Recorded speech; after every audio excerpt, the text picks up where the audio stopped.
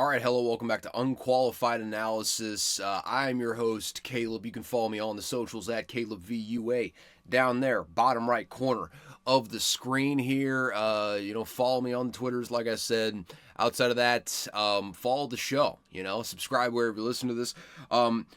Ladies and gentlemen, boys and girls, whatever you really identify as, we're not discriminating out here, man. If you want to watch or listen to the show, be my guest. But whatever you identify as, we got ourselves, an all-time loaded episode here, man. I'm going to have to, this is going to be a special edition here, because it's going to take me to get into the auctioneer voice and the mentality of just processing information incredibly fast in order to get through all of this in a reasonable amount of time. Free agency is upon us. We missed a lot of extensions and franchise tags last week. There's so much shit that we are just absolutely not going to get to because there's so much shit I'm talking hundreds of moves that happened over the course of the last day or so. Really just throughout the course of Monday, shit's going wild. And we're going to have even more on this next week. So strap in, boys and girls, because we have ourselves a hell of an episode here. And in the interest of that, I'm going to get a quick sip of caffeine because I did just put in a 10-hour day at work. Okay, I'm a little tired, so I got to get some caffeine in the system. But we're going to take a swig of this, and once I'm satisfied that we're not going to be burping up a storm, we're going to plow right into this thing, and we're going to be going fast. So let's do this.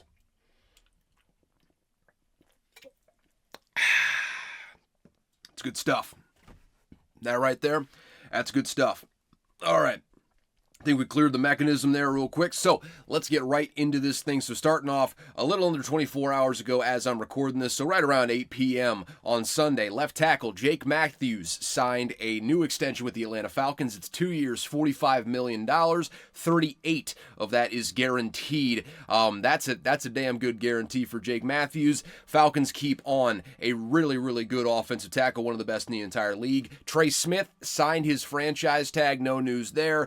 Just means that it's probably more likely that he signs an extension long term because he's going to be in the building, if nothing else. He gave up a lot of leverage, so I don't know how much leverage he had in the first place. I don't know if in that situation it does a whole lot of good to raise a stink about it. Okay, well, we'll keep it going from here. If you care, Adam Butler re-signed with the Raiders. Do you know who Adam Butler is? No, not a statement on how good of a player he is, more of a statement of the fact that he plays for the Las Vegas Raiders. Maybe that changes under Tom Brady's tutelage. Who knows? The Patriots traded defensive tackle Devon Godchaux, a starter for the last 4 seasons, this according to Ian Rappaport, and just objective facts. He started all 4 years. He was there the last 4 years with New England. Consistent guy on that defensive line. Sorry, I just burped right there on the recording. So a good guy for the Saints to bring in there. He got traded to the Saints. 7th round pick for the Saints too, so nothing basically. And a guy that I believe is on an expiring contract, so works out well. Works out well for all involved here, I would say. Still don't have any idea what the Saints are doing, but that's besides the point. Not a bad pickup. You get younger on the defensive line if nothing else. That was basically going to happen by default, so we'll see. And you'll notice I'm saving a lot of headlines for later because right now I'm just basically scrolling through the last 24 hours of Ian Rappaport's Twitter. Then we're going to double back and talk about the stuff that happened throughout the course of last week because, again, a whole lot of shit happened last week. A metric ton of shit happened last week. If there was any hopes of monetization, I get no views on these things. It's all out the window. We've said the shit word about 15 times here in the first 4 minutes, and I am not bleeping it. So, wasn't going to get monetized anyways in all likelihood, but now that's out the window. Either way, such is life. Geno Smith... Geno Smith did get traded to the Raiders. We're going to talk about that here in just a bit. I did have that noted down. Overall, don't know what the Seahawks are doing, but now we have a little bit better idea, which we're going to get to here in just a second. Wild turns of events over there in Seattle. John Schneider really putting his ass on the line, but more of that in just a bit. We'll keep it moving from there. That's all you got to know. Geno Smith on the Raiders. We're going to talk about it later. Outside of that, the Jaguars released tight end Evan Ingram. We'll talk about that a little bit more as well. This is a big one that I did not have noted. Falcons. They're released standout defensive tackle, one of the best defensive tackles in the league for a long time, just trapped on a consistently bad roster in Atlanta. Defensive tackle Grady Jarrett fell off a little bit coming off of those injuries, but still a very good tackle. He got cut and then pretty much immediately signed with the Chicago Bears. I believe it's 3 years, $43.5 million, I believe, on that deal. I don't know the guarantees on that. We're going to get to that here in just a second because it didn't take long for him to sign someplace. The Bears had themselves a day. We're going to get into all of it here in just a bit, but the Bears had themselves a day, and they attacked their areas of need. Whoever was trying to fire Ryan Poles, that's just that's the Bears fans. That's a loser mentality, unfortunately. And hey, you don't know any better. You've been losers with the exception of a few years for my entire life, basically. And this isn't the Vikings brand where they get to the playoffs and then disappoint you in fun and creative new ways. This is the Bears brand, where they have a 12-win season wedged in there, sandwiched by about 4 or 5 just painful, god-awful seasons. Some less painful than others, but consistently painful no matter what. Ryan Poles, man, he knows what he's doing. I'm telling you, this is a concerted effort, due in no small part to the guy that they just hired as the head coach. Offensive line, defensive line on the interior, they are attacking in this free agency period with trades, free agent signings. They know they have just $1 bajillion in cap space, and they're going to maximize it because the window's open now. New offensive head coach, offensive guru Ben Johnson, highly touted young quarterback from a talent perspective. I mean, the ceiling is the roof, in the words of Michael Jordan when it comes to Caleb Williams. Get him the right pieces in place. The receivers are there. The secondary is there. The linebackers even are there. The running backs, you can quibble a little bit, but it's a really deep running back draft, and I would assume they're going to draft someone. All you need is that offensive and defensive line to hold up their ends of the bargain. That's the thing that's missing with the Chicago Bears right now, assuming that all else plays out how it's expected to. And they're going huge. They're going huge. We're going to get to more on them in a second, but that's what you need to know. Because we're going to kind of breeze through these.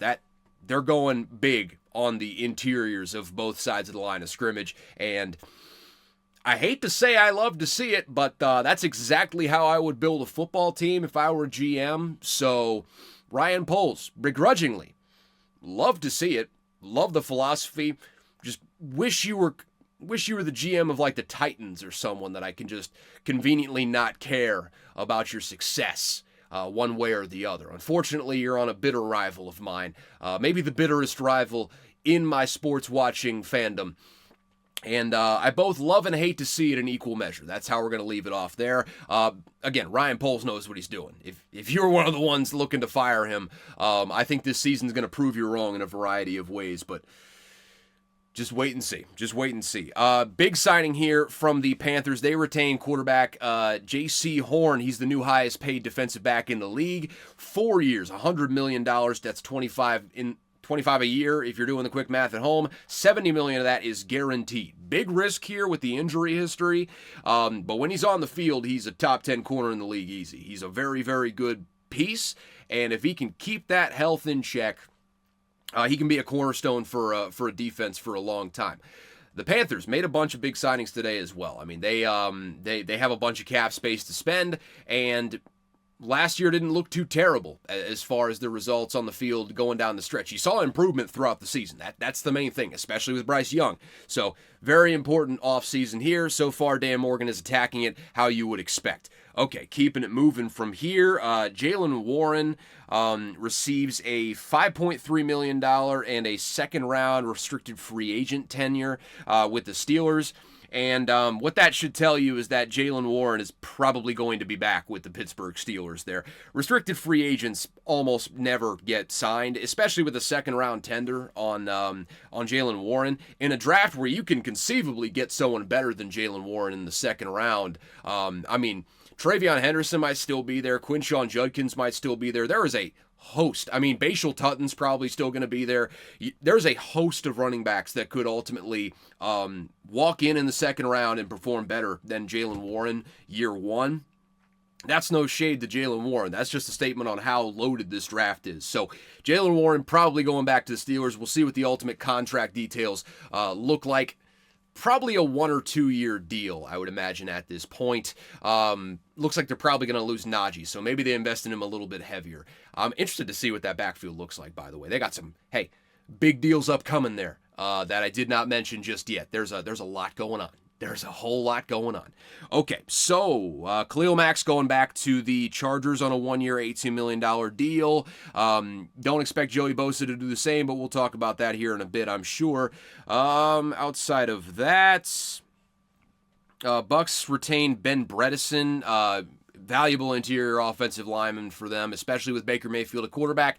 Big guy to retain, so kudos to them. It's a 3 year, $22 million deal, $12 million of that guaranteed, by the way. Not worth my time. Oh, Hassan Reddick has agreed to a 1 year deal with the Buccaneers as well. So he'll be rushing the edge. It's a position that they really needed to fill. And we'll see what Hassan Reddick has left in the tank. He was a no-show for the Jets this last year. So we'll see if he warrants that $14 million. I'll tell you right now, Todd Bowles is going to use him creatively. So you can book that. Chris Godwin also. Nope. We'll talk about that here in just a second. Chris Godwin, news is coming across the timeline as we speak here, so apologies for that little interlude there. Chris Godwin going back to the Bucks on a 3 year, $66 million deal. $45 million of that is guaranteed, and he left probably about $20 million on the table, I would say, based on what was on the market. He goes back to Tampa Bay. And it is I'm kind of just parroting opinions. I heard this on the Mina Kimes show, but I tend to agree, so I am restating it here. This is a big statement on the culture down there in Tampa. Say what you will about Todd Bowles' decision-making at points, but he has run a hell of a football team here from a culture perspective. Kind of the same thing as when he was with the Jets. The guys love him. He might make a goof every once in a while, but the guys love him, and that's what really matters. And it's benefiting the team here. I mean, Chris Godwin, if the money just talked, he should be walking in free agency. And maybe the tax implications of where that money was being offered from played a part in that. Obviously, Florida no state income tax state, and that is, haven't lived in one of those states. Not a bad little setup. Not a bad little setup at all. It does feel nice. It feels really nice. That being said, Chris Godwin, giving up that amount of money, it doesn't make no difference whatsoever. We'll just say that right up top there. It's huge. It's huge. Especially, I didn't think that they would retain Chris Godwin's. Get another year or several years now, probably, of Mike Evans and Chris Godwin's. We know Mike Evans is a lifer at this point. With Baker Mayfield throwing the ball, you got to be excited if you're a Bucs fan. You just got to hope that offensive coordinator hire pans out. You got to hope that you can retain one of these guys one of these years. I don't know what you do with that. You could go old offensive coordinator, but old offensive coordinator who's not a head coach. There's a reason for that. Todd Munkins don't come along all that often. That's what I'm saying there. Guys that have run a really good offense, but are not really legitimate head coaching candidates. Not a whole lot of Todd Munkins, not a whole lot of Steve Spagnuolos out there. Tough situation there for the Tampa Bay Buccaneers, but huge signing coming back. Huge signing coming back. Let me get a quick swig of this here caffeine. And we shall keep it moving from there. The Chiefs signed former 49ers offensive tackle Jalen Moore to a 2 year, $30 million deal. I don't know, man. I don't really know what the Chiefs are doing at offensive tackle. Draft some guys. That's how you got to this position in the first place. Draft some guys. They'll develop into something. Why don't you trust Brett Veach and co. to go out there and draft some solid offensive linemen? Now, kind of short-term memory statement on my part because Kingsley Suamataia, who they drafted last season, I believe, pretty much a no-show. First-round pick, looks like you whiffed on that one. So that's going to happen in the draft, though. You can do everything right, then ultimately you don't know what you're going to get from a guy. They're lottery tickets. They're lottery tickets, essentially. You don't know what you're going to get from a guy until you get him in your facility and in the pads, which you can't do that in the lead up to the draft. You just got to trust your draft prep, trust your study, and then go from there. But this mid to low tier offensive tackle strategy, I mean, at least they're not paying him $20 a year like they did with Jawan Taylor, who they ultimately are parting with, I would imagine. I think they already cut him. Did they? I don't know. That he was a total dud, and I mean, completely miscast at left tackle. At right tackle, even, he had a huge false start problem that he just never really showed a willingness to fix, which easier said than done, but you got to at least try if you're Jawan Taylor. I don't know. I don't know if getting a 49ers offensive tackle is necessarily going to fix the problems that you have. The 49ers had offensive line troubles of their own over the last several years, really. If you take out Trent Williams, which is, obviously, if you take out the best offensive lineman in the league, maybe the best offensive lineman of the last generation of football players, yeah, and yes, he is that good.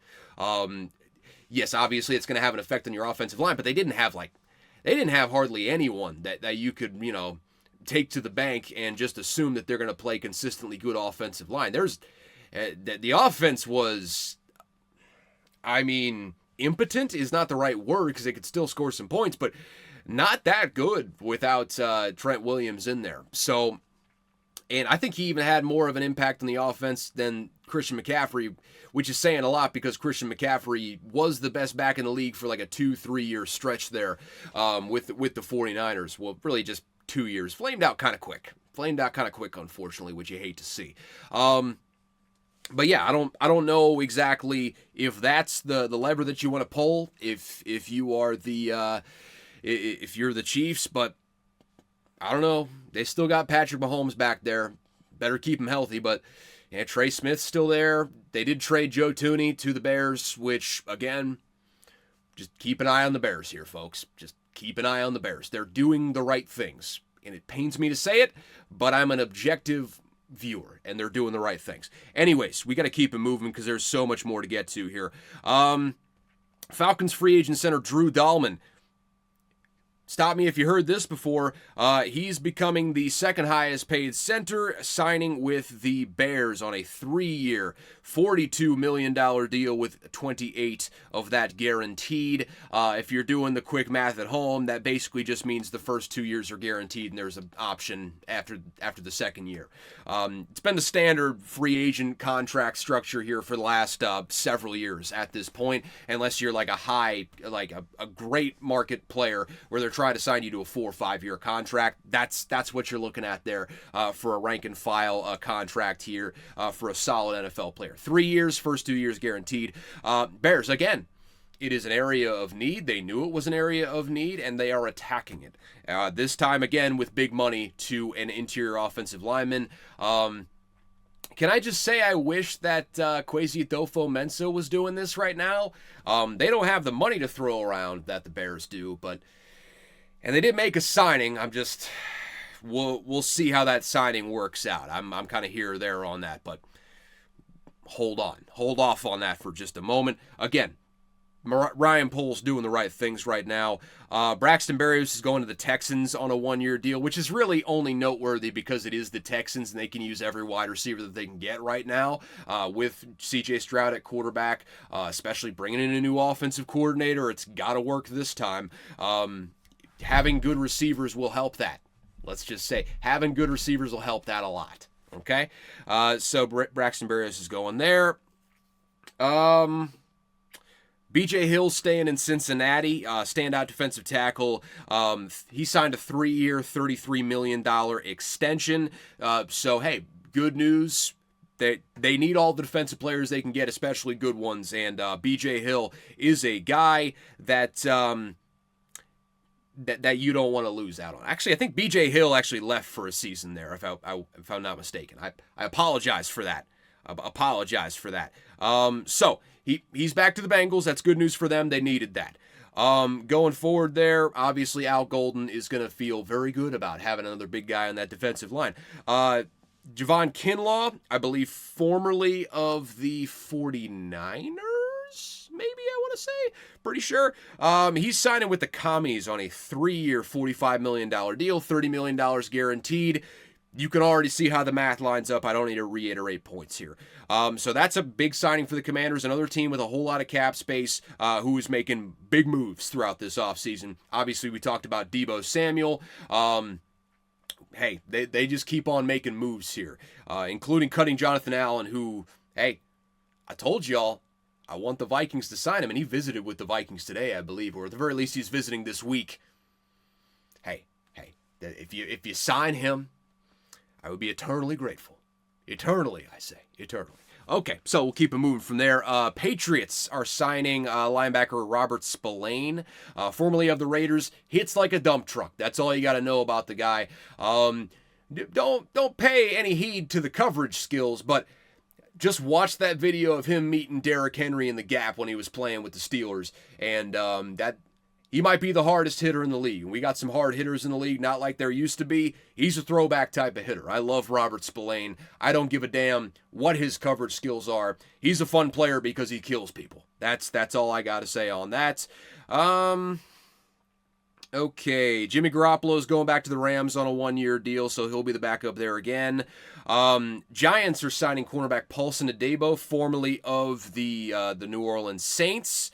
So I forget the exact deal that he is getting. We'll get to that here in a second, but big loss for the Saints. Kind of a contract that they couldn't afford to keep anyways, and they should be heading for a full rebuild. I would prescribe to Mickey Loomis and co over there. But the Giants get a cornerback. Who the hell ever knows what the Giants are doing, but good for Paulson Adebo getting some money. It was a pretty good deal. We'll just have to wait and see on what the details look like. Jaguars are signing Jordan Lewis, cornerback, nickel cornerback. I don't know exactly where from. I apologize for that. He signs a 3-year, $30 million deal, $20 million of that fully guaranteed. $12 million that is in year one, I believe. $12.5 million of that is in year one, which is smart for the player because you don't know how long these things are going to last, frankly. So yeah, good for him. Good for him. They got the deal done there. Adds in a secondary that really needs corners. Really needs corners if you're the Jaguars. So good signing there. Titans are loading up and getting the left tackle for the Steelers, left tackle Dan Moore.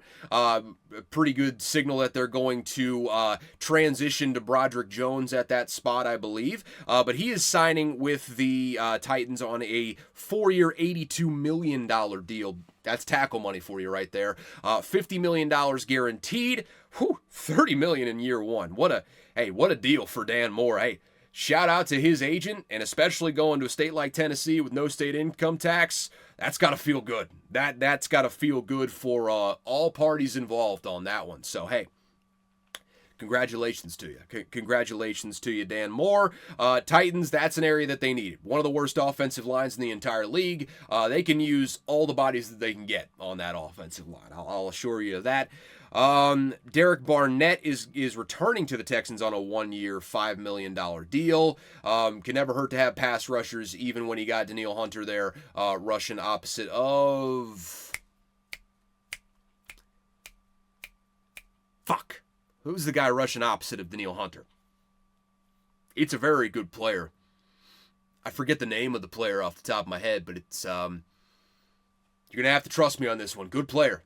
Good player. Oh, yeah, Will Anderson. He's really coming on, by the way. I mean, if he's not in defensive play, let's not get ahead of ourselves. If he's not in the Pro Bowl next year, I will be shocked. I think he was in the Pro Bowl last year. He could be... Okay, let's just put it this way. I think there's a good chance that he's on the fringe, or at the very least, maybe in the very middle of Defensive Player of the Year conversations. I don't know that he's going to win it, but I think he could be that good going into year 3 with a defensive head coach like D'Amico Ryans and the sheer talent that kid has. But we move on from there. Derek Barnett back with the Texans. Okay, Carlton Davis, I believe formerly of the Tampa Bay Buccaneers, is going to the New England Patriots on a 3-year, $60 million deal. Only 34 and a half of that actually guaranteed, which is kind of a low number, but I mean, hey, if he plays well, it's not going to matter, and he's got a really good defensive head coach. So it's a good bet on yourself situation there. $20 million a year, paying him like one of the top corners. He is a very, very good corner. So worthy of that, I would say, but it is big-time money. Let's not get it wrong there. Patriots get something in the secondary. He's going to pair well with Christian Gonzalez. I like this signing a lot. In addition to that, what else we got? Former Jets offensive tackle Morgan Moses. He is also signing with the Patriots on a 3-year, $24 million deal. I don't know why they phrase it this way and what the damn vagaries of their language are, but it could be worth up to $28.5 million, I'm assuming, with bonuses. Doesn't tell me shit about the guarantees on this contract, but hey, with bonuses, you could go up to $28.5 million. Isn't that swell? Isn't that swell? Besides the point, they needed offensive line. They got offensive line. So good stuff. Good stuff. I think we're doing good all around. Also, again, Patriots, big-time emphasis on the lines of scrimmage and the defense here. They signed a former Eagles defensive tackle, standout defensive tackle, actually, Milton Williams, part of that vaunted Super Bowl roster there for the Eagles on the defensive side of the ball. Vintage Eagles defensive line here. I would say maybe better than the last time that they won the Super Bowl, but that's for the historians to decide. They were loaded this last year. We'll just put it that way. But he signs with the Patriots. I got to look at the exact details there. But he signs with the Patriots. He's getting, I believe, a 4-year deal. $105 million, I believe, give or take, or $104 million, maybe. Either way, huge deal to sign with the New England Patriots. Another big swing for the New England Patriots. And again, they're doing the right things this offseason. You would hope to see more offensive talent, I suppose, specifically receiving talent. But offensive line, hey, you're starting off strong. You're starting off strong, and there's still guys out there. So another really solid signing there by the Patriots, making a big splash by bringing in Milton Williams. I think he's going to be an immediate impact player under the new coaching regime there with Mike Vrabel. Former Raiders safety Trayvon Merrick really improved well over the last several years. I've not really noted it much on this podcast, but he's played very well there with the Raiders. I have noticed, just in passing, that Trayvon Merrick has played very, very well. He gets rewarded for it. He is signing with the Panthers on a 3-year, worth up to $60 million. The listing price is $51 million. Again, no statement on the guarantees. It's just whatever. Either way, good signing by the Panthers. Hey, defensively, I'm all about loading up on the secondary, man. I mean, you're going to have to deal with the defensive line here, and I believe they did make some defensive line moves, but you're going to have to deal with the defensive line here, and it's going to have to be a good defensive line. If you have an elite secondary, that can cover up a lot of holes, and it can get you real deep in the playoffs because that's really the pass rush. Pass rush and secondary. If you have a really good pass rush and a really good secondary, that is a scheme for an elite defense right there. So I see the vision of what the Panthers are doing. Dan Moore attacking this offseason like he should. Not Dan Moore, Dan Morgan. Forgot the final syllable in that name. Dan Moore is the guy that just signed for a boatload of money there with the Titans. My apologies. Okay, so Steelers picked up defensive tackle Larry Ogunjobi. Just a nasty defensive line, man. You put Ogunjobi next to Cam Hayward. Oh, that with Highsmith and Watt rushing off the ends, horrifying defensive line. They're gonna be at the very worst the top 10 unit next year again. Probably pushing top 5. They have one of the nastiest top line like defensive lines in the entire NFL right now. It's insane. Okay, outside of that, Nick Mullins is going to the Jaguars to be their backup quarterback. Yes, the big one. After Geno Smith gets traded to the Las Vegas Raiders for a 3rd-round pick, obviously I think everyone's eyes shifted to Sam Darnold in that spot to take his place, and that's exactly what happened. So Sam Darnold signs a 3-year, is it $100 million? Yeah, it's a $100 million deal. About 55 of that is guaranteed, so a little bit over the half of the contract. I mean, basically, it's first 2 years guaranteed for Sam Darnold. So he's going to be the starting quarterback for the Seahawks going forward. And frankly, I don't know what John Schneider's doing. And this move, and I'm taking off the glasses so you know I'm tired and I'm serious here. So this move would make sense if you had a very good offensive line. And even if you put the two quarterbacks to the side, if you don't believe in the quarterback that you have, I suppose, and you think there's a change that needs to be made, you just think you plug in a new quarterback and you're good to go. I would understand just bringing in a new quarterback like Sam Darnold and rolling the dice. You don't have a good offensive line. In fact, you haven't had a good offensive line since the Super Bowl years, quite frankly. It's been a long time since the Seattle Seahawks had a consistently good offensive line. We thought they had the bones of it with Charles Cross and Abe Lucas. Too bad neither of them can stay healthy for long enough to fully realize that potential. Bad draft picks, unlucky draft picks, no matter what. I mean, free agent signings, no matter who the Seahawks have brought in, particularly John Schneider, none of it has worked out. The Seahawks offensive line is a disaster. So who do you bring in instead of Geno Smith, who's shown very good performance under pressure over the last several years?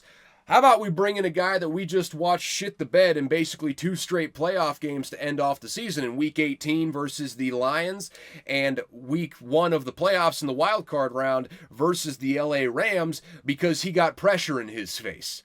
That's surely never going to happen with that Seahawks offensive line protecting Sam Darnold, right? Surely Sam Darnold will never see pressure in that situation. I don't understand what the Seahawks are doing. I love Sam Darnold. I hope that he would go to a better situation than this, though there wasn't really any available. I'm happy that he got the money that he did.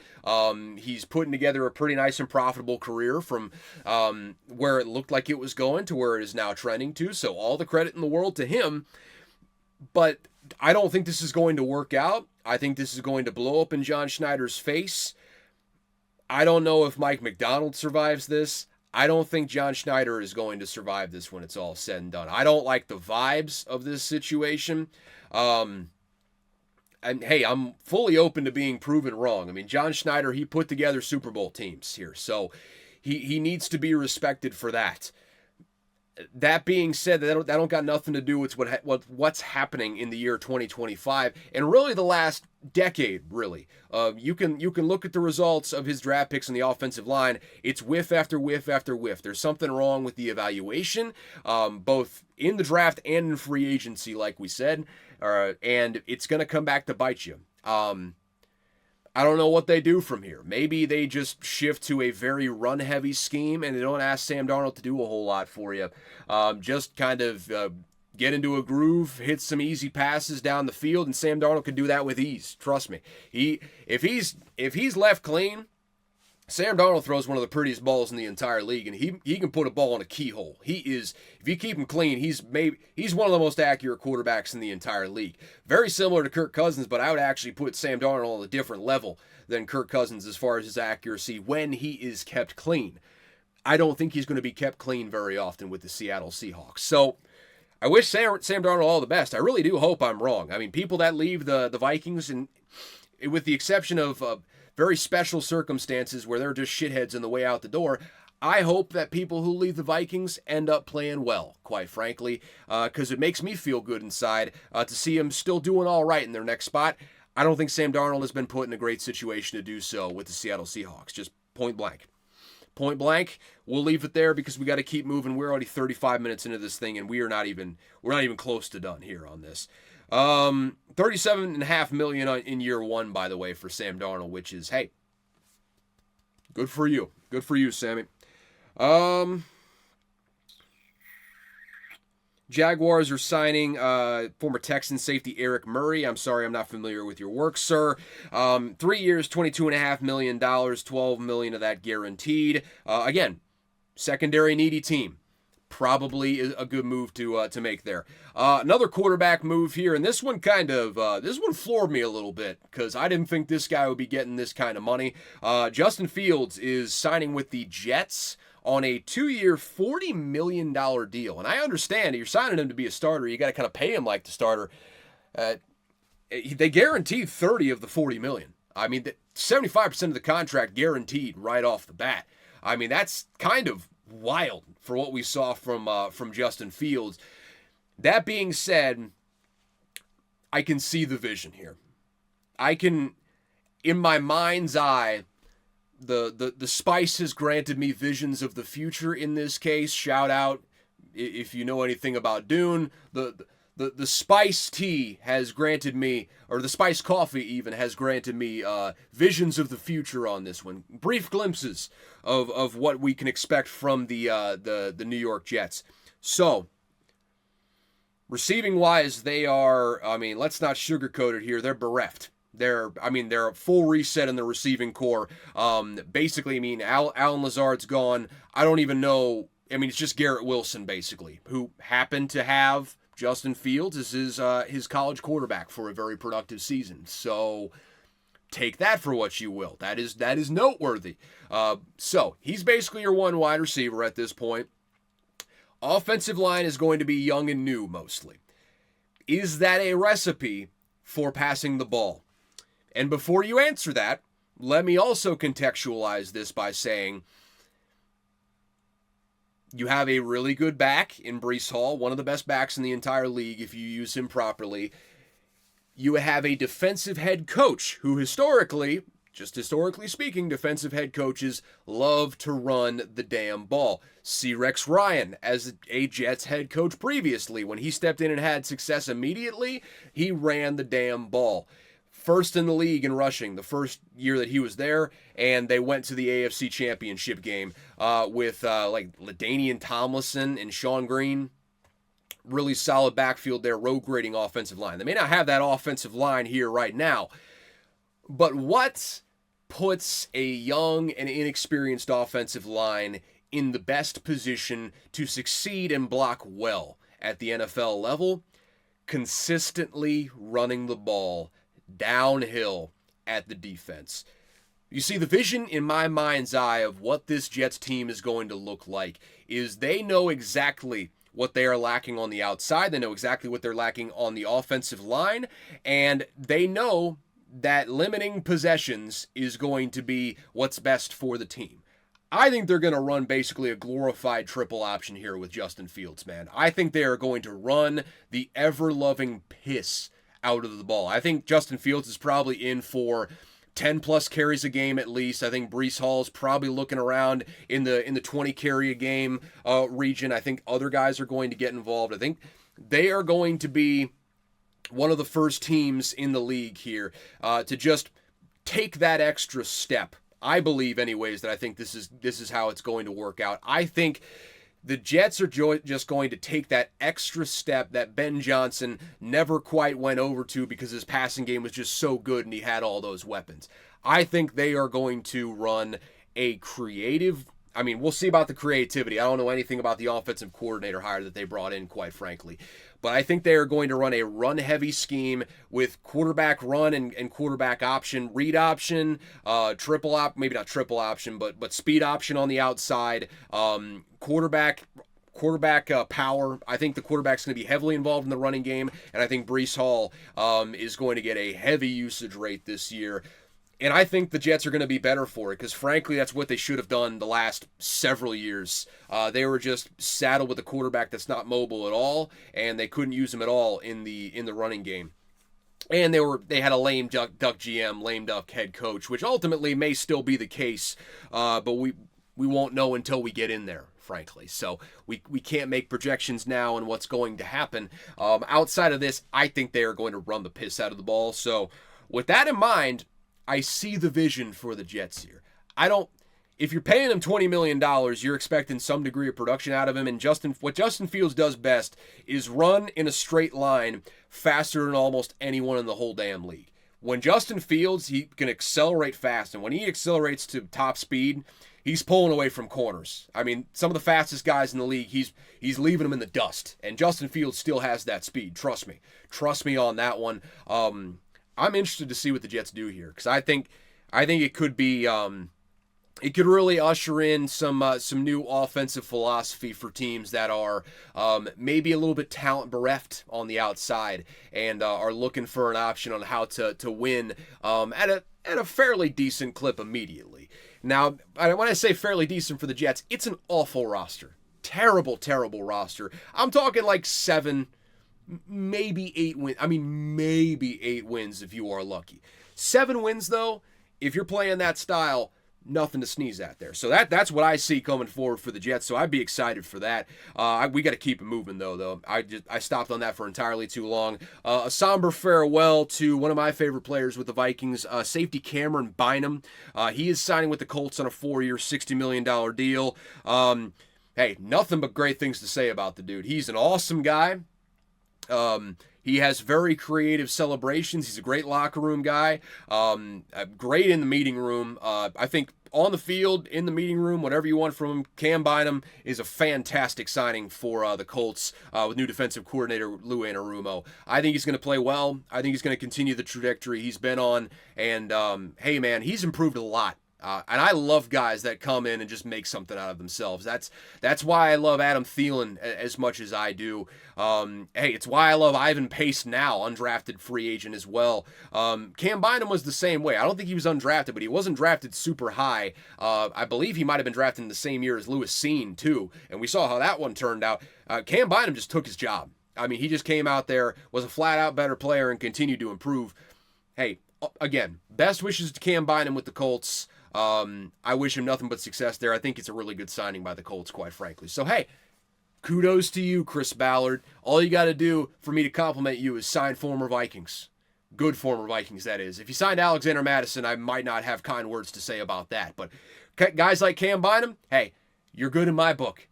By God, the guy knows how to play the political game. That's how you stay in that job that long. But I digress. Okie dyke. What? What the hell did I just say? Okie dyke? I mean, it sounds like I just said a slur there. I didn't, mind you.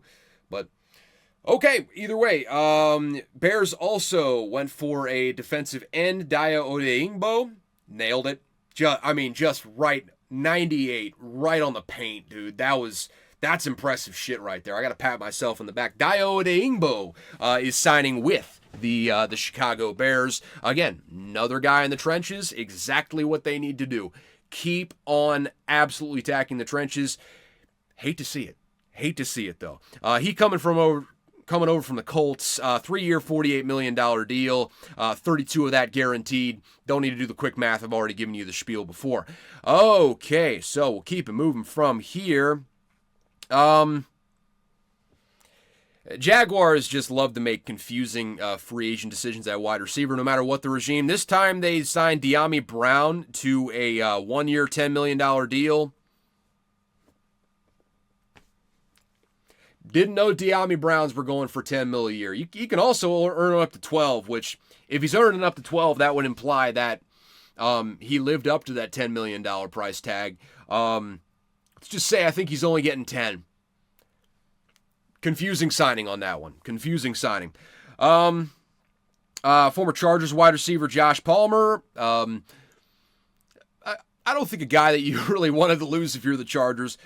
He goes over with the Bills, actually, which is a good signing for the Bills. 3 years, $36 million deal, 18 of that guaranteed. So a little bit different structure than we've seen previously on these 3-year deals.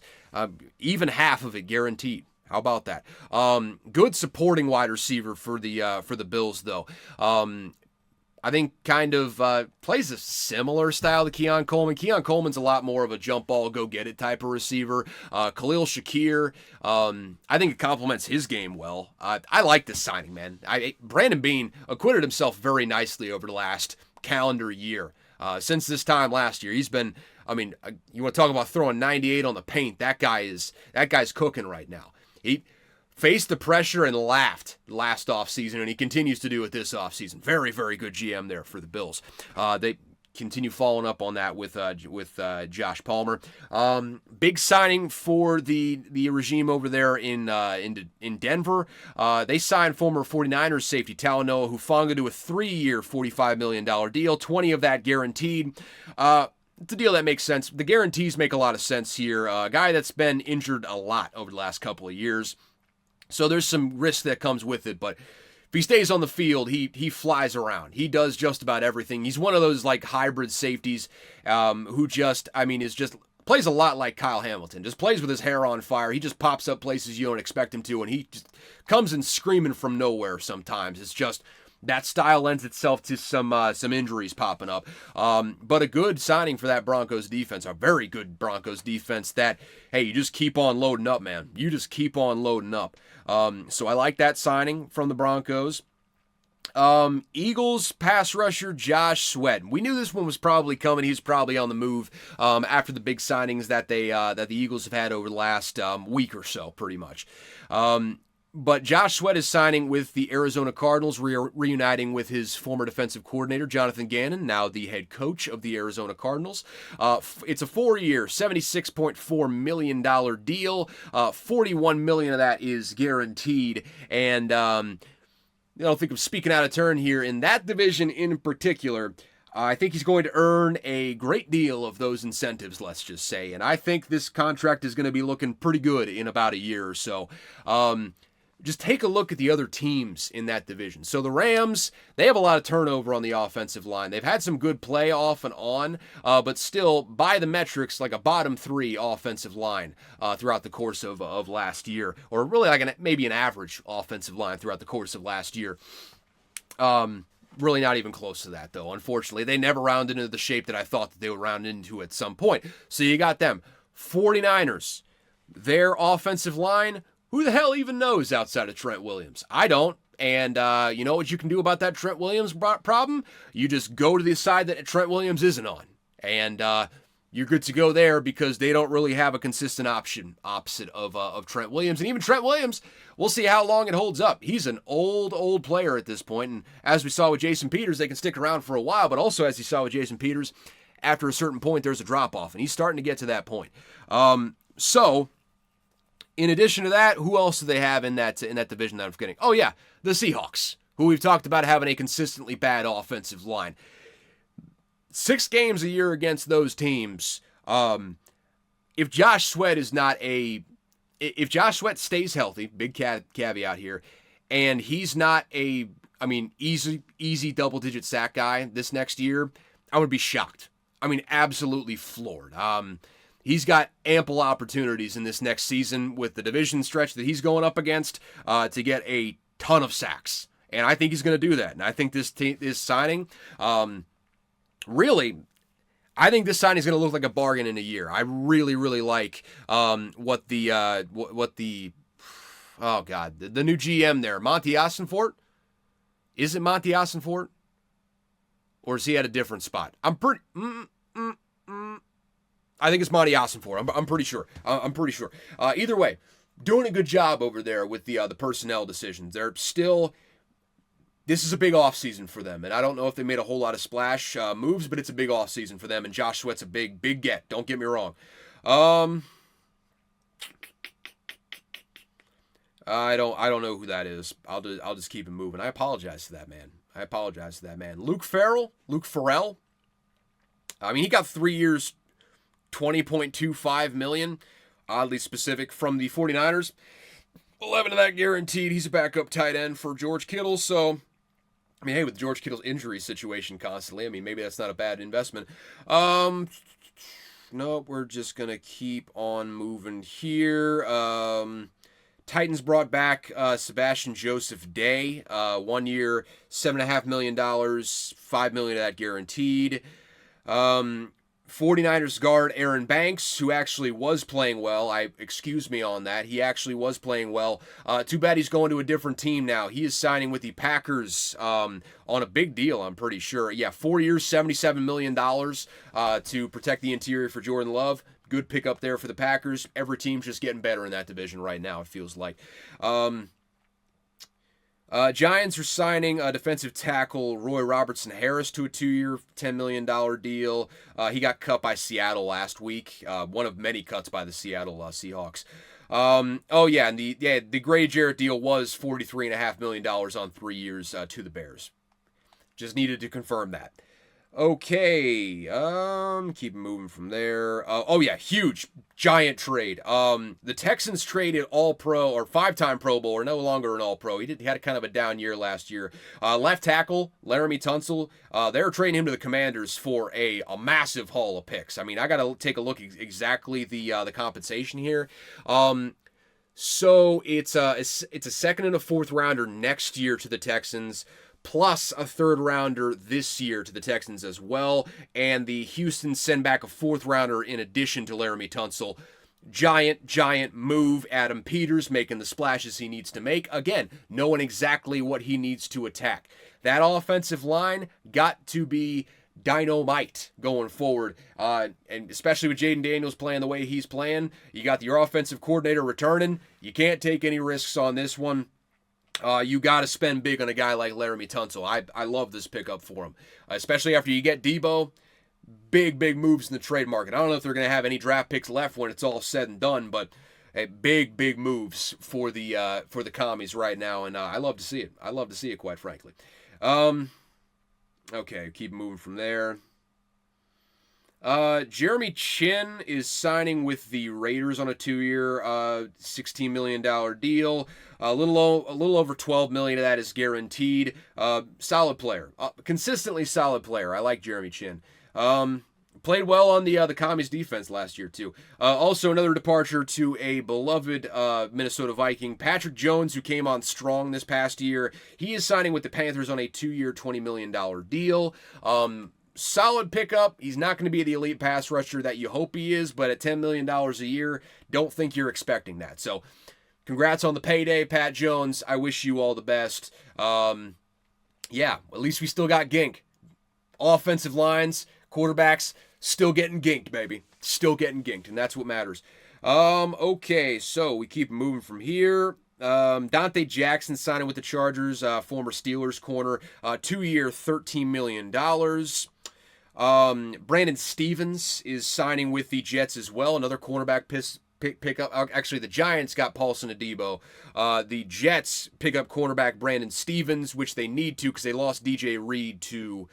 We're going to get to that here in a minute. I forget exactly who it was, but they did sign cornerback Brandon Stevens to a 3-year, $36 million deal. Formerly a third-round pick of the Ravens, so now he signs with the Jets. So good backfilling there for DJ Reed. Outside of that, the Bucs are losing center Robert Hainsey, which is actually kind of huge for them. A lot of turnover at that center position over the last couple of years. Hainsey is going over to the Jaguars, 3-year, $21 million deal, $13 million of that guaranteed. Again, good investment there by the new regime there with the Jaguars. I already forget the GM's name. For whatever reason, I want to say Greg Rosenthal, but he's an NFL writer, podcaster. I don't think that's the case. I don't know. I forget the guy's name, but hey, good pickup. Good pickup. Well, what's your name? You got a good face. You're an attractive man. I forget what your name is. Former Raiders cornerback Nate Hobbs, another solid player. He is signing with the Packers on a 4-year, $48 million deal. Only 16 of that guaranteed, actually. So essentially a $1 million deal. He got taken to the cleaners at the negotiating table on that one. I'm not even going to lie. I mean, good job by the Packers. I mean, if they're going to sign the deal that you offer them on that, good on them. But damn, only $16 million of a $48 million deal guaranteed. That's the funniest of funny money. You're what? I mean, barely over. What's that? I mean, like a third of the contract guaranteed. Okay, I suppose. All right, so we just keep it on moving there. See if there's anyone coming up here that I actually know. Broncos linebacker Cody Barton, he's signing with the Titans. A guy that you may not have heard of, but played with his hair on fire last year. He had a really solid season. So good pickup for the Titans. We'll see how it works out for him, but a solid pickup nonetheless. Okie dokie. Kenny Pickett. I mean, hey, this is the genius. Hey, this is the genius right here. Of the regime there with Howie Roseman. Howie Roseman being the GM of the Eagles, had to find the name there, but I found it. They're trading quarterback Kenny Pickett to the Cleveland Browns. Andrew Berry, there's no one whose star has fallen quite like yours over the last couple of years than yours in my mind. I thought you were a very good GM.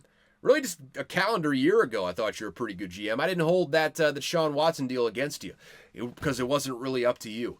But they gave up. I mean, Dorian Thompson-Robinson, he's not an NFL quarterback, so you're not giving up much there. But a fifth-round pick. I mean, again, it was originally the Lions' pick, but you're giving up a fifth-round pick for a guy that the Eagles traded a seventh for. I mean, hey, that's good return. Good return for Howie Roseman and co. over there. Don't understand that. Don't understand that at all. So, hey, he's the new backup quarterback there, I suppose. I don't know. Feel like you just burned a fifth-round pick on that, but who's to say? The Browns is the Browns more than the Browns have ever been the Browns here over the last 5 years, I would say. And I hope that made sense. Go listen to it again if it didn't, because I enunciated it perfectly. I'm telling you that. Former 49ers cornerback Charvarius Ward is signing with the Colts on a 3-year, $60 million deal. Big loss for the 49ers on a defense that is very much in transition as they bring Robert Saleh back into the fold. Big pickup for the Colts, man. Colts have had a very, very good offseason so far in signing good defensive players. Did they sign any wide receivers? What do you think? No, not a damn one. But they're signing good players nonetheless, so there is that. And frankly, Indianapolis is going to be a tough sell for a top-flight wide receiver. I can't necessarily blame them for not going there. Not only with the locale, but with the quarterback that's going to be throwing in the general direction of them at any given time, that being Anthony Richardson. So, good pickup there, though. Good pickup there by Chris Ballard. No, we'll keep moving from there. We only have so much time. Zach Williams is going to the Dolphins, so back in the AFC East. Big who cares, though. Big who cares. Big signing by the Panthers again.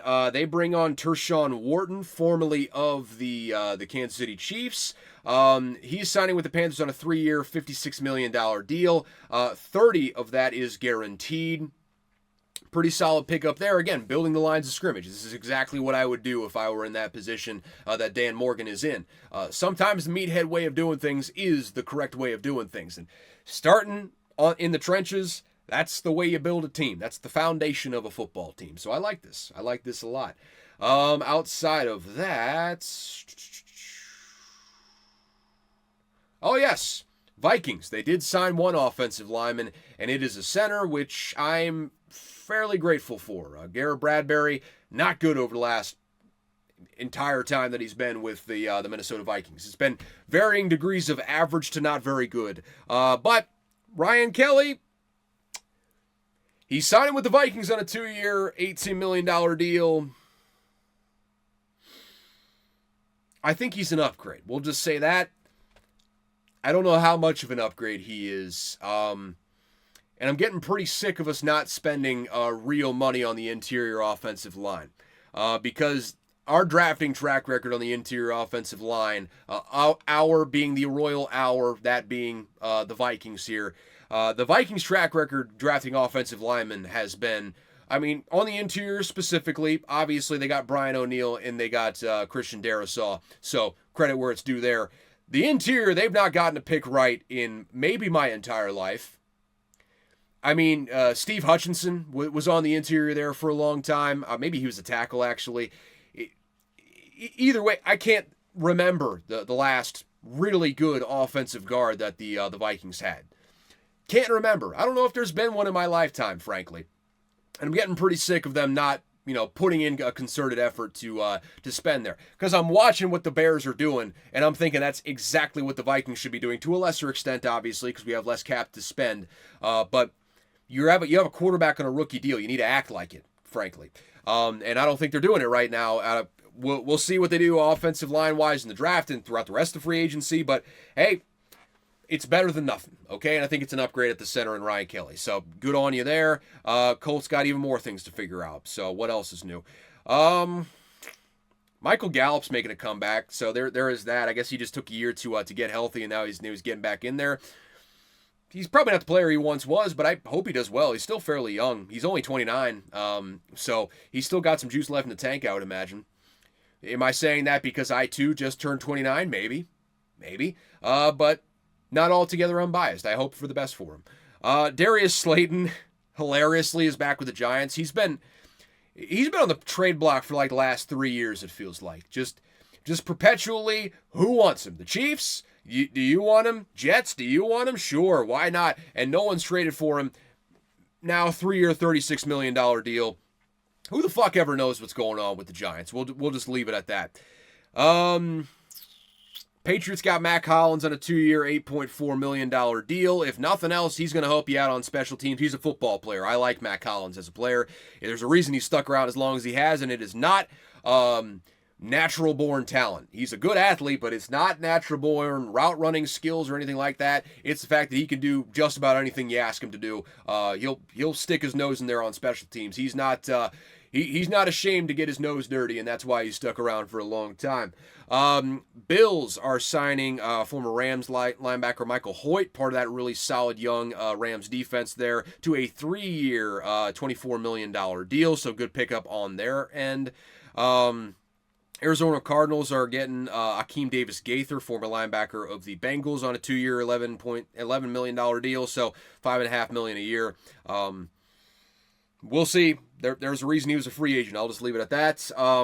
Former Broncos running back Devante Williams is going to the Cowboys in the most Cowboys way possible. It's a 1-year, $3 million deal. It can be worth up to $3.5 million if Devante plays well here. Cowboys aren't serious about winning. I'm not taking them seriously until they take themselves seriously, frankly.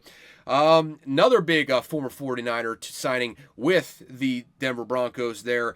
Dre Greenlaw is signing a 3-year, $35 million deal with the Broncos. Again, taking a big risk on the injury stuff there. So that's got to be concerning. That has got to be concerning. But if all pans out, good linebacker adding into a really solid defense. So I like that. I like that move in theory.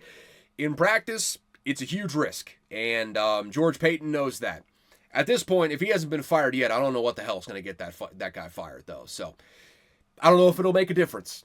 George Paton, hey, former Viking executive, shout out to you, man. You stuck around so much longer than I even expected, or you even deserved. So hey, good for you. Good for you, man. Najee Harris, looks like the Chargers have got some interest there. Nothing's done yet. We're going to get a follow-up on that. Next episode, I would imagine, kind of gets you a little bit more informed on that. But this will make a lot of sense. Gus Edwards didn't quite live up to what we were expecting him to do last year as far as a short yardage back. This time around, Najee Harris, I think he can do that for you. 1 yard in a cloud of dust, I think he's going to get you a lot of goal line carries. I think he's going to kind of fit what Greg Roman wants to do with that goal line a little bit better than the aging Gus Edwards by the time he got there. We'll see what Najee Harris has left in the tank, frankly. He's been running to, his knees have been running into a meat grinder the last 4 years actually at this point on his rookie deal. So we'll see what he's got left, but that would make a lot of sense for the Chargers. And also, let us refresh the timeline here and make sure we get everything in that we have, of course. Don't want to miss out on anything, for sure. Bengals are re-signing Joseph Osai, 1-year, $7 million deal. Keep all the players you can, but don't know how much you can rely on that. I'll keep moving from there. And that's pretty much it for the headlines previously over the course of the last week. Boy, oh boy, is there still so much for us to talk about. So, that was all basically from the last 24 hours, and that took me the last hour. Apologies. We're just going to go off the camera here real quick. I'm gonna take this real quick.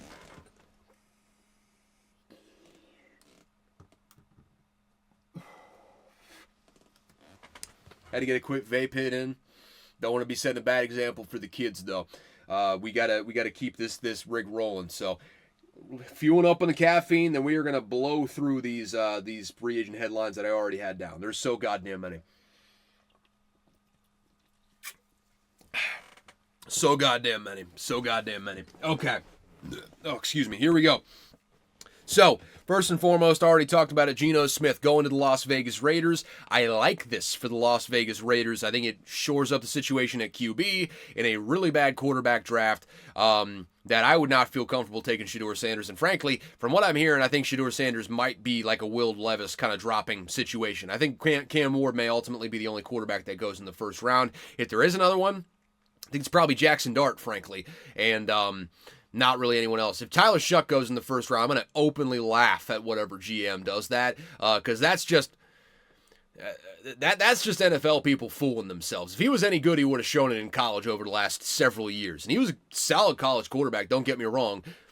He's not what you think he is. He is simply not what you think he is. No amount of coaching is going to get him there, because he had solid coaching in college, and he still was like average to slightly above average and not exploding off the tape. I'll leave it there, though. Good pickup. The Raiders. The influence of Tom... You're not going to convince me that the influence of Tom Brady is not permeating throughout this offseason so far. They've downright looked like they know what they're doing.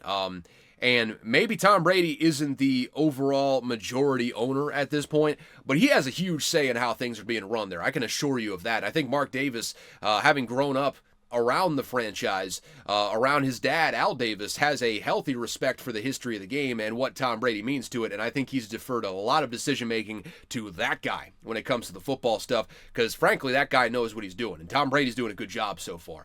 No one's going to come out and say it, I don't think, but Tom Brady's got his fingerprints all over this offseason right now. He's doing everything that you want him to do as far as influencing this organization into making very good decisions. He's not making the decisions. Obviously, John Spytek has got the personnel decisions and all that, but he has his fingerprints all over these hires, and it's trickling down to the personnel decisions. So there's that. Good pickup. Still don't know what the Seahawks are doing with Sam Darnold there. I think it's going to spell the doom of that entire regime, but we'll see. We'll see. I feel bad for Mike McDonald and all that more than anything else, but he did hire Clint Kubiak as the offensive coordinator, so it's worth questioning, does he know how to hire an offensive coordinator? Is this a Robert Saleh situation? We're going to find out. We're going to find out. I just don't know if he's going to get a fair shake based on the personnel, but we're going to keep moving from there. Also, another massive trade I alluded to fairly briefly there. The Pittsburgh Steelers bringing in wide receiver DK Metcalf, also from the Seattle Seahawks again. Don't know what they're doing. They also cut Tyler Lockett. Who knows what they're doing? But DK Metcalf is going to the Pittsburgh Steelers after the Seahawks kind of came to reality. They're originally asking for a first and a third, to which I would reply, I'm currently looking for $30,000 for my well-used twice pre-owned Toyota Corolla, 2020 Toyota Corolla at that. That's kind of how I felt about that. Unrealistic trade offer out there, a trade package to request, and they went down on that quickly. So dropped it to a second. Steelers make the deal, and they immediately give him a 5-year, $150 million extension. Mike Tomlin's got his number one wide receiver.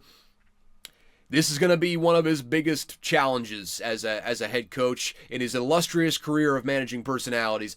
He's got to find a way to get George Pickens on the program and buy into this move. Because ultimately, if George Pickens buys in, this is going to be very good for him in the long run. Someone needs to sit him down and explain the big picture to him. George Pickens is a terminally immature player. If he keeps being immature like this, he's going to play himself out of the league and play himself out of hundreds of millions of dollars, quite frankly. Excuse me. That sneeze just snuck up on me. He's going to lose himself hundreds of millions of dollars, quite frankly, if he doesn't mature and grow up here very quickly. The good news is DK Metcalf is just the polished version of what George Pickens wants to be. physical freak, DK Metcalf even more so, quite frankly, but a physical freak on the outside, a good contested ball receiver, a great deep ball receiver. He's got the speed, got the athletic profile.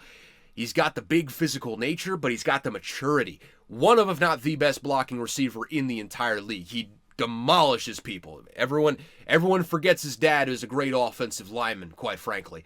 And he shows that. He's got the physicality of an offensive lineman there on the outside, and he's, just ridiculously bigger than every cornerback he goes up against, save like Tariq Woolen. That's about the only one, a guy that's like 6'4", and runs like a 4.2, basically. That's the only one that he's not dwarfing, and even then, Tariq Woolen doesn't want nothing to do with tackling.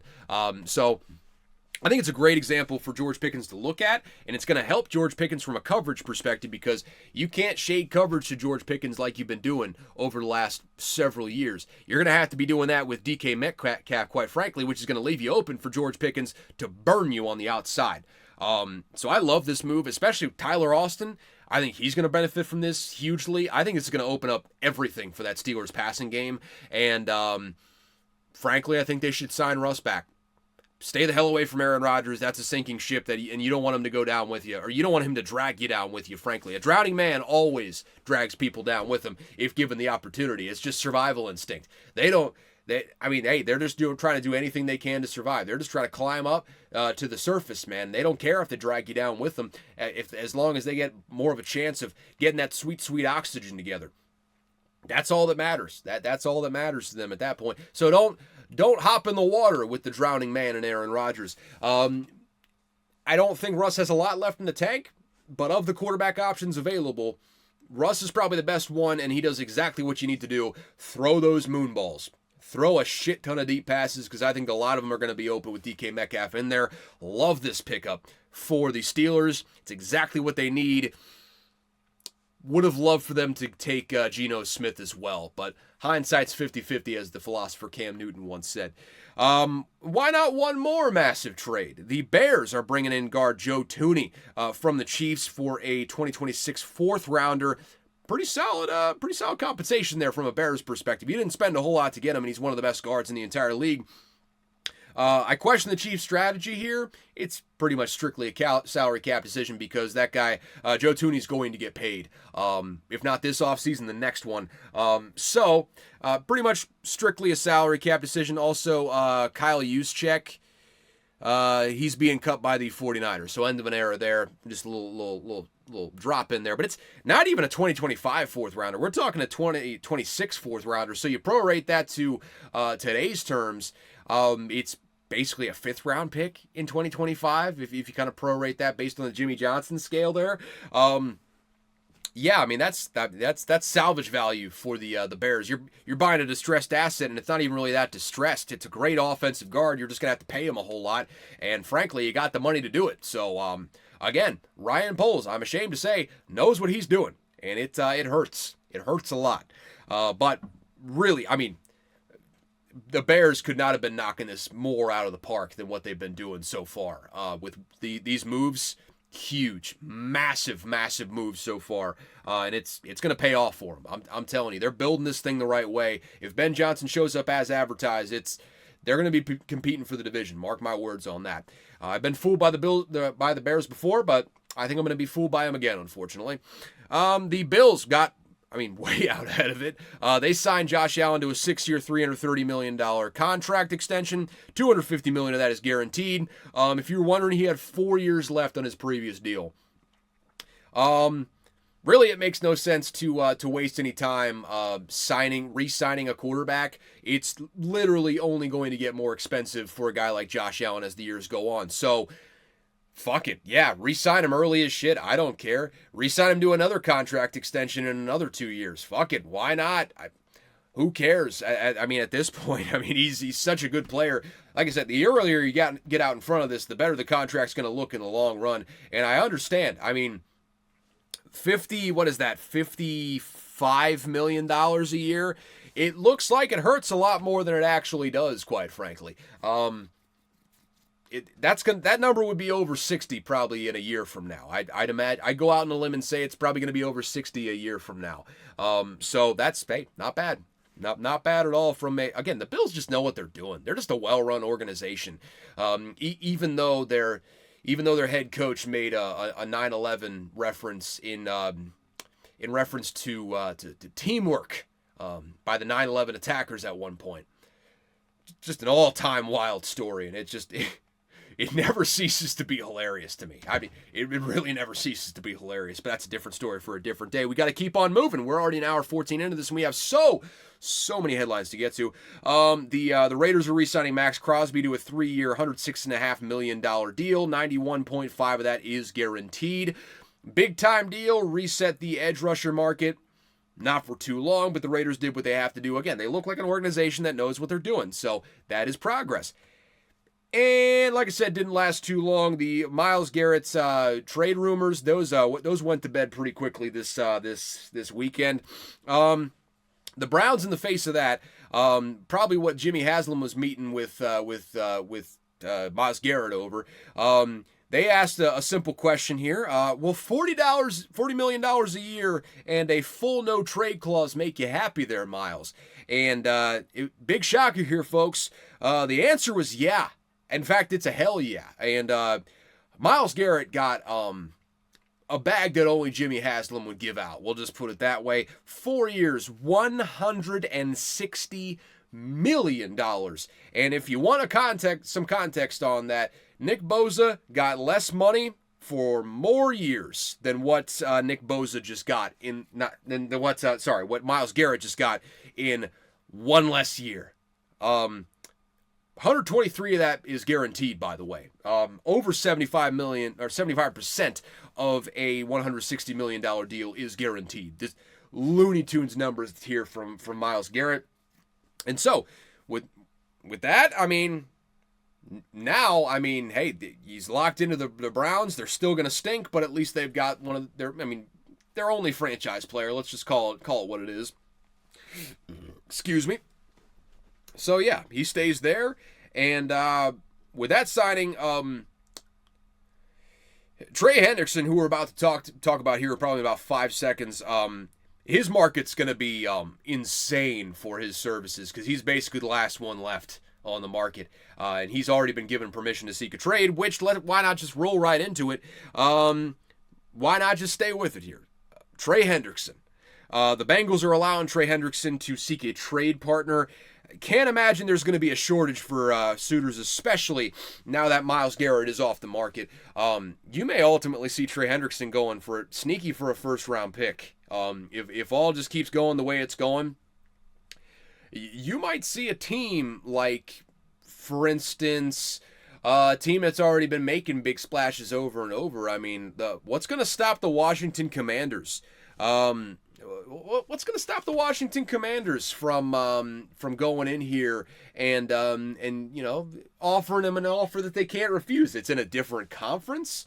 It's a team that can probably take on his contract, quite frankly, and they can still keep on taking it. It's a team on a rookie deal with an elite rookie quarterback coming off of last year that needs to go all in. So watch Trey Hendrickson on that one. But everyone is going to want Trey Hendrickson. Hey, the Vikings should take a sniff at Trey Hendrickson. I don't think that they should pull the trigger on it necessarily, but no one's going to say no to more elite pass rushers, especially not one like Trey Hendrickson, who just had back-to-back 17-sack seasons. I mean, my God.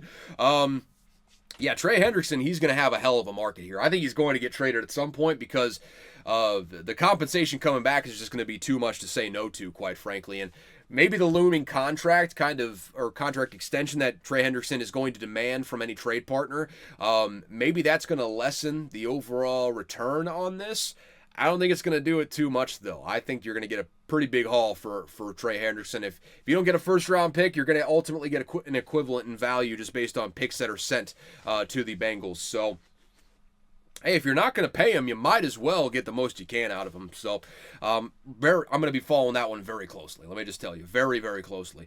Devante Adams, he is not following Aaron Rodgers. He is going to the LA Rams on a 2-year, $46 million deal. 26 of that is guaranteed. So basically, it's a 1-year, $26 million deal. Still an old QB. but a damn good situation for him to run into. I think he's going to fit in seamlessly in this Rams offense, and I'm happy for Devante Adams because I think if he has a couple more good years here, he's putting a stamp on a Hall of Fame career at this point. It's just about padding the stats, hitting certain metrics, particularly the 10,000-yard mark for receiving. I don't know where he's at in the touchdown rankings all time, but he just needs a couple more good years, and he's going to put himself right in that Hall of Fame discussion there. So, yeah, I love this move for both the Rams and Devante Adams. I just think this bodes well for the Rams offense going forward, so I love it. Yeah, so the Vikings didn't tag Sam Darnold, already kind of alluded to that. Cowboys have signed breakout defensive tackle Osa Odigizua to a 4-year, $80 million contract extension. So, hey, they don't go out and get free agents, but give them credit where it's due. When they have a big-time player, they sign him to an extension. They don't. Sometimes they play some contract games with them. They probably pay more than they need to by their unwillingness to pay a guy before the very last second. But hey, they sign guys to big deals who stand out for them that they've drafted, and that's what good organizations do. So they're not a terrible organization. They're not really serious about winning. I'm going to stick with that. Also, the Bears have been a theme here in the offensive line. The interior of the offensive line has been a theme for the Bears here today. They traded for Rams guard Jonah Jackson. Got a 6th-round pick for him. A guy that didn't play well last year, but he was miscast at the center. He was a very good guard for the Detroit Lions, under Ben Johnson, notably. So now he's going back. He's playing guard with the Bears. This is a really, really good... This is a solid... For a 6th-rounder, this is a solid pickup for the Bears. And they're attacking that offensive line. Attacking it. In a way that, honestly... they're killing a fly with a sledgehammer, which is exactly what you need to do in situations like this. Just watch out for the Bears, man. They're doing literally everything that they need to. Everything they need to do, they're doing it right now, short of like another elite pass rusher, I would say. Watch out for them. Just watch out for them. That's all I'm saying. Eagles are moving on from cornerback James Bradbury and cornerback Darius Slay. So... They're out on the street this year going forward. So, hey, best of luck to you. The youth movement is here. They hit on their first 2 draft picks last year at the cornerback position. So, Quinion Mitchell's going to slide in at that number 1 corner. I would expect Cooper DeJean to... Maybe he stays in the slot. Maybe he bumps outside. I think you can probably deal with whatever you do with him. I want to see him get a shot on the outside because he's played very, very well in that spot in the past. In college specifically, he played very, very well on the outside. Sorry I keep itching my nose. There's just an intractable itch that I just can't quite get rid of here. Disgusting, I apologize. But also, the Eagles, after clearing some cap space, did pay Saquon Barkley a historic $21 million a year, really under 21. It's 2 years, $41.2 million. That's what he's getting. So what? 20.6, right? Yeah, 20.6 is what he gets per year if you want to do the math on that. Chase Young is going back to the Saints on a multi-year deal, so there's that as well. Hey, not a bad little sign. He's at least young-ish. Yeah. So there you go. Outside of that,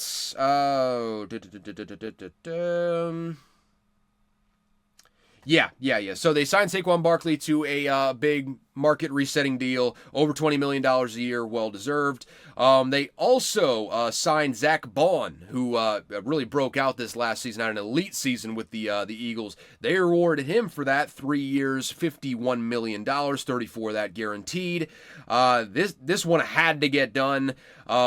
With those 2 contracts, though, Josh Sweat and Milton Williams both walked in free agency. So, hey, this was always going to happen. You were going to have to pick and choose the players that you wanted to keep. You rewarded Saquon Barkley. You paid an all-pro linebacker. Nothing you can do about it except for keep on reloading. You still got really good pass rushers, especially with Nolan Smith coming on the way that he's come on there. Great year 2. Excited to see what he does in year 3. We all know he enjoyed himself in that Super Bowl parade. Probably a little bit too much. On that. Got escorted home by the police. Got a ride home, actually, I believe. 3 years, $51 million for Chase Young with the Saints. That's good money. That's good money right there, I'll tell you what. Outside of that, the Jets released Devante Adams, obviously. Excuse me. God damn. So yeah, he signs. I'm sorry, I've been sneezing a lot here in this episode. He signed with the Rams, got cut by the Jets. We'll keep moving from there. Bengals released Sam Hubbard, and he pretty much simultaneously retired. That clears up $9.5 million of cap, which they've been using in free agency, to their credit. Raiders released Gardner Minshew. Chargers released Joey Bosa, so end of an era there. I just want to see him. Really, if for no other reason than it's in San Francisco. Sorry, I got to keep itching this thing. I apologize. Probably not very enjoyable for the viewers right now, but if you're watching at an hour 24, you're a trooper. If for no other reason than the fact that it's in San Francisco, I want to see him, link up with his brother. If for no other reason than having two of the biggest Trump guys in the NFL in a city like San Francisco, that's just funny to me. I mean, I guess you can't really put politics to the side, but from, I guess, a nihilistic sort of treetops perspective where you just kind of want to watch the world burn and you're fascinated about these sorts of things. Not burn necessarily. You know what I mean. I like to laugh. And that dichotomy is hilarious to me. I mean, that's just... What does Nick Bosa do in San Francisco? I'm sure he finds his neighborhoods in there. But what do the Bosas do in San Francisco? Like, if Nick Bosa's walking by like a Black Lives Matter protest, what's he doing there? I gotta stop talking before I get myself in trouble there. But endless hilarity with the Bosa brothers there in San Francisco. That's all I'm saying. Just quite a dichotomy, quite a juxtaposition even, if you will. But we'll keep it moving from there before I get myself in trouble with my fat mouth. Outside of that, Christian Kirk, instead of being cut by the Jags, the Texans traded for him a 7th round pick, or as I like to call it, a preferred waiver claim. Give up a little bit of draft capital, don't have to deal with the waiver wire at all. Everyone wins in this whole deal. So, Texans get another wide receiver. Again, you can't go wrong with getting more wide receivers. If I were a Texans fan, I would prefer some higher end wide receivers maybe, but any wide receiver helps. Any old wide receiver helps. So you can't fault him on that one. Like I said, Jags relieved tight end Evan Ingram. That clears up $13.5 million of cap space. He's still on the market at the time of recording this, so something to keep an eye on there. Commies bring back linebacker Bobby Wagner on a 1-year deal. Big piece of that defense. He's on a year-to-year thing at this point.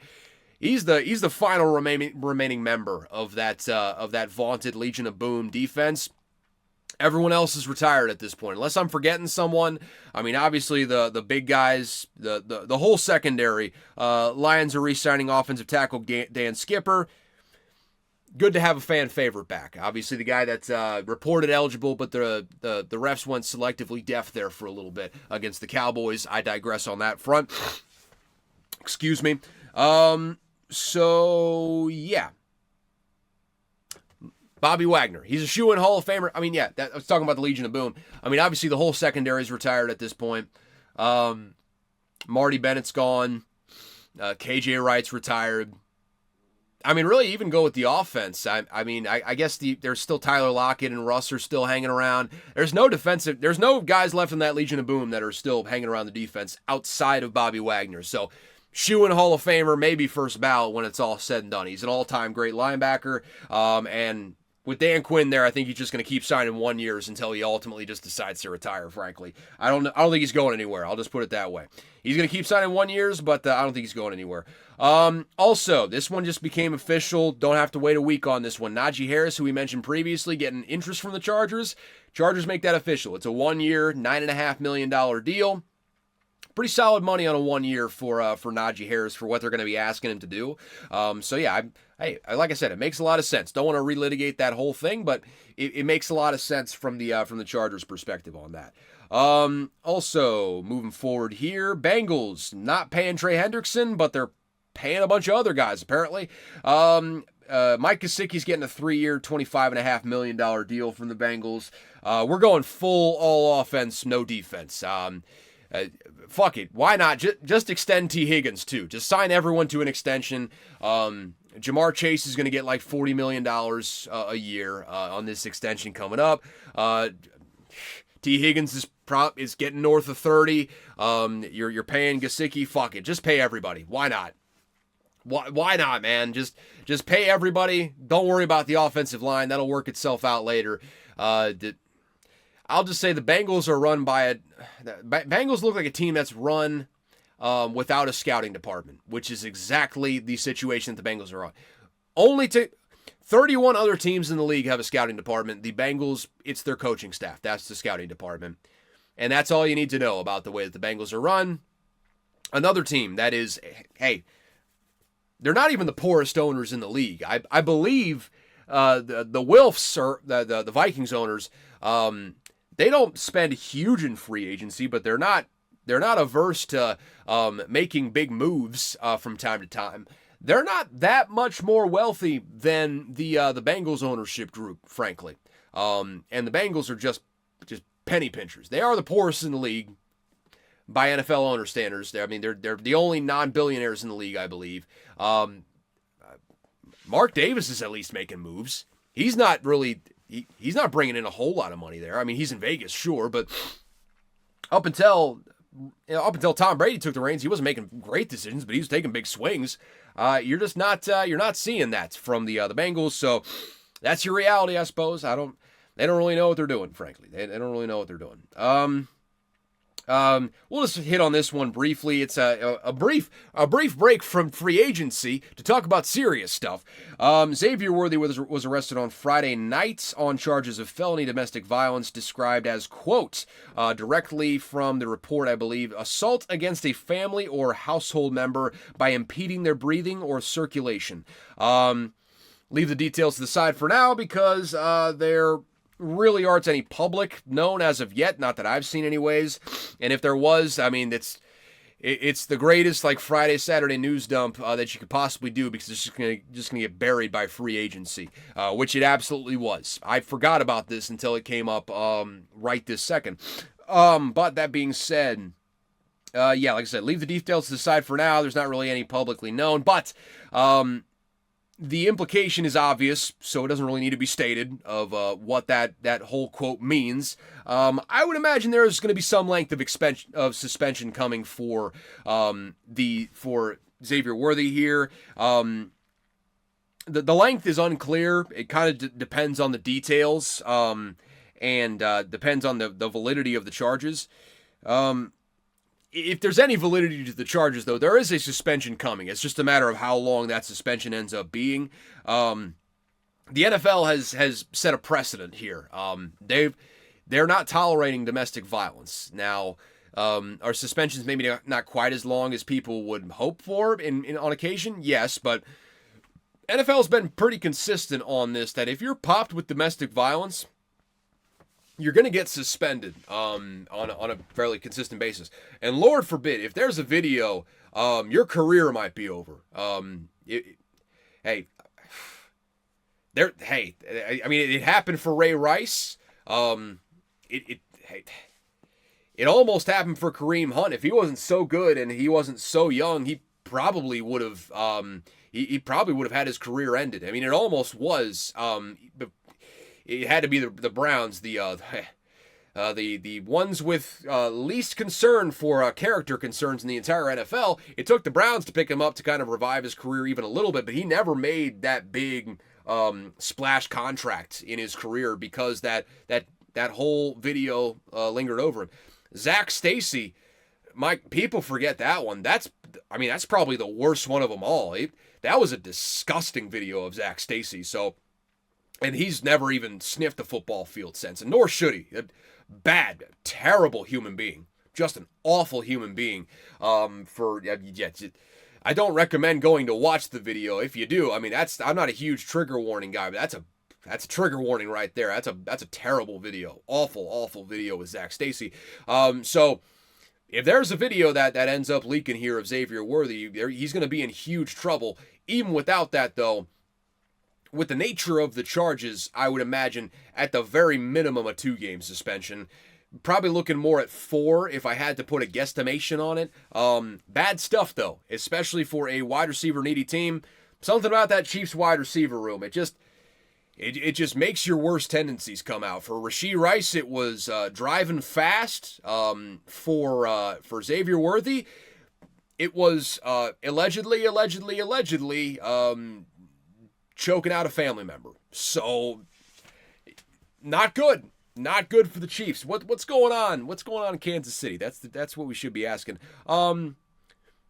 Consequentially enough, the Chiefs also just signed Marquise Brown to a 1-year, $11 million deal to return at wide receiver. Actually got a pay raise for doing nothing over the course of the season. Just had a couple good snaps there towards the end of the year and into the playoffs, which there were some solid snaps. I'll give them that. But yeah, 1 year, $11 million, still a stopgap solution there. They got to really revamp that receiving core big time in a way that they didn't do last offseason. Moving away from the Chiefs, the Bills re-signed Greg Rousseau, standout defensive end, to a 4-year, $80 million extension, $54 million of that guaranteed. Big extension there.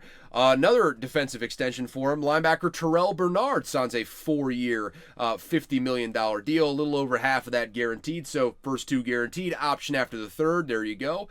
Commies are releasing defensive tackle Jonathan Allen, and he's visiting with the Vikings, man. Hey, fingers crossed, knock on wood. I want that one. I want that one bad. So he's going to be... He's going to be a free agent, obviously. He's currently testing free agency. We'll be following up on that one. Linebackers re-signed Oh, my God. Lions re-signed linebacker. Good Lord, my brain right now. Lions re-signed linebacker Derek Barnes to a 3-year, $25.5 million extension. $16 million of that guaranteed at signing. Also... And we're going rapid fire on this now. After the Titans cut Harold Landry, former really solid pass rushing linebacker there, he is signing with the Patriots on a Yes, he's signing with the Patriots on a 3-year, $45 million deal. Excuse me, I lost my spot on the page here. We'll see what he's got left in the tank. Injuries have been a real issue. Pats obviously feels he's got some juice left in the tank, but obviously I think the relationship with Mike Vrabel plays a big role in this, in him coming in. He's been very injured over the last 2 years, so I would be reticent on this one. Jets agreed to an extension with linebacker Jamien Sherwood, 3 years, $45 million. Another one of those guys that I don't really know his name because he's on the Jets, but I should. $50 million a year for, I would assume, an off-ball linebacker. That's nothing to sneeze at. So, hey, good for him. Back to the Vikings here. The Vikings re-signed Aaron Jones on a 2-year, $20 million deal. $13 million of that guaranteed. We got the boy back. That's right, we got the boy back. Happy to have him back. Still draft a running back. It's a great class. You can get someone in the 3rd through 5th round that could ultimately go and take Aaron Jones' job. Just trust me, go draft a running back this year as well. But a good signing nonetheless. Seahawks, they didn't cut every player. They did re-sign linebacker Ernest Jones to a 3-year, $33 million deal. The Chiefs locked up Nick Bolton on a 3-year, $45 million deal, which is big time. Big time staple for that defense there. The Broncos are retaining big time defensive tackle DJ Jones on a 3-year, $39 million deal. 26 of that guaranteed. Don't need to do the math for you on that one. Already talked about GC Horn and already talked about Khalil Mack. So I am sure that there are moves that I am missing. However, just short of an hour 40 in, we're cutting it off there. That's it for you. That was wall to wall, just straight up free agency trade fucking chaos. And it'll probably be an equally long episode next week. My apologies in advance. But oh boy, thank you all so much for tuning in. If you're still around at this point, I mean, you gotta subscribe. At the very least, leave a like wherever you're listening to this. Leave a 5-star review if you're listening on one of the podcasting platforms. Just keep us growing. Keep us growing, my friends. That's all I ask about. That's all I ask for. That's all I ask about. So I appreciate you all there. Follow me on the Twitters at CalebVUA. That link is down in the description. Shoot me a DM on Twitter if you want to, call into the show, if you will. And I will. I'll gladly accept you. I'll gladly accept you on that front. I never really could get away with this. This here itch in my nose. This is 9:28. I gotta wrap this shit up. Anywho's, thank you all so much for tuning in to Unqualified Analysis. As always, I've got no clue what I'm talking about. One thing I learned this week, though, this is a doozy, folks, and the validity of this fact is questionable, so hesitate to call it a fact, but get a load of this shit. People talk about the 100-point game by Wilt Chamberlain, but I don't even know if it was his best game in the NBA. Now, I need to preface this, okay? I made an allusion to the questionable validity of this claim. This has even less evidence. What I'm about to talk about has even less evidence than his 100-point game, that being Wilt Chamberlain. And blocks and steals were not recorded as a stat yet. So that is all to say, some of this stat line is a guesstimation, if you will. But allegedly, giant, big, huge emphasis on allegedly. On March 18th, 1968, against the Los Angeles Lakers, Wilt went for 53 points on 24 of 29 shooting from the field, 32 rebounds, 14 assists. Now we can stop right there. Those three, all undisputed facts. They were all counted by the stat sheet. That is locked in stone. 32 rebounds, 14 assists, 53 points on 24 of 29 shooting. You can take that to the bank. That actually happened. Here comes the conjecture. 24 blocks and 11 steals. 24 blocks and 11 steals in addition to that stat line. If that stat line is true, which admittedly is not likely, it's one of the biggest ifs in the world. But if we're here in fantasy land here, that would be the only quintuple double of in NBA history.